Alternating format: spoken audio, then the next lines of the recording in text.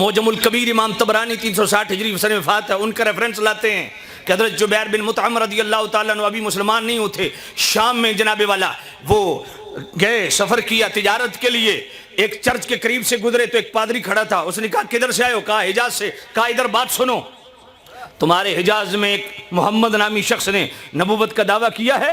جبیر بن مطعم کہتے ہیں ہاں کیا ہے، لیکن میں مسلمان نہیں ہوں، میں ان پر ایمان نہیں لایا۔ اچھا یہ بتا اگر ان کی تصویر میں تجھے دکھاؤں تو پہچان لے گا؟ کہا پہچان لوں گا، یہ موجم الکبیر کو امام طبرانی کو پڑھ رہا ہوں۔ بہت خوب، سبحان اللہ۔ کمرے میں لے گیا، سامنے ایک تصویر تھی، جبیر بن مطعم کہتے ہیں ہاں یہی مسلمانوں کا نبی ہے، اسی نے دعویٰ نبوت کا کیا ہے۔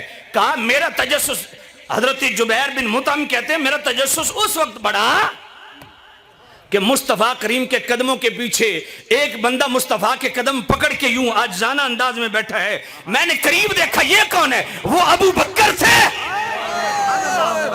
تو اس نے یہودی عالم سے میں نے پوچھا، یہ موجم الکبیر پڑھ رہا ہوں، یہودی عالم سے میں نے پوچھا یہ کیا ماجرا ہے؟ یہودی عالم کہتا ہے سنو، ہر نبی کے بعد نبی آیا، یہ آخری نبی ہے، اس کے بعد نبوت نہیں خلافت ہے۔ یہ جو قدم پکڑ کے بیٹھا ہے میں نہیں جانتا کون ہوں کون ہے، لیکن ہمارے ادیان سابقہ کی جو تعلیمات ہے، یہ جو قدم پکڑ کے بیٹھا ہے یہی اس کا پہلا خلیفہ بنے گا۔